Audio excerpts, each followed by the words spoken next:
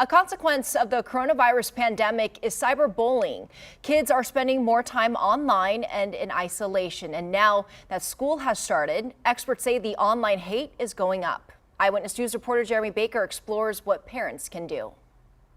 We've all heard the phrase, "Sticks and stones may break my bones, but words can never hurt me." That statement couldn't be more wrong, especially for Maureen Molak, whose son David took his own life close to 5 years ago after enduring an unbearable amount of cyberbullying.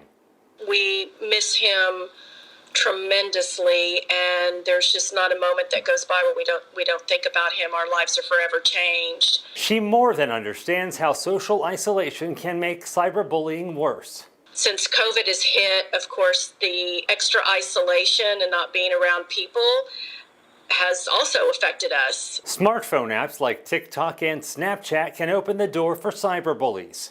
Those apps which then change the appearance of people or put up comments which are very negative and bullying can be used negatively. According to Light, which monitors online harassment, there has been a 40% increase in toxicity on gaming sites since the pandemic began, a 70% increase in cyberbullying, and a 200% increase in traffic on hate sites.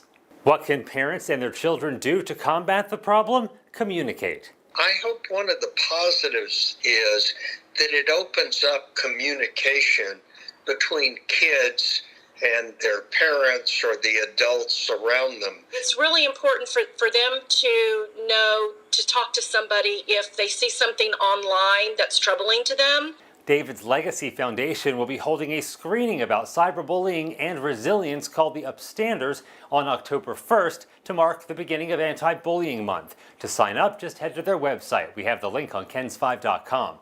Jeremy Baker, KENS 5 Eyewitness News.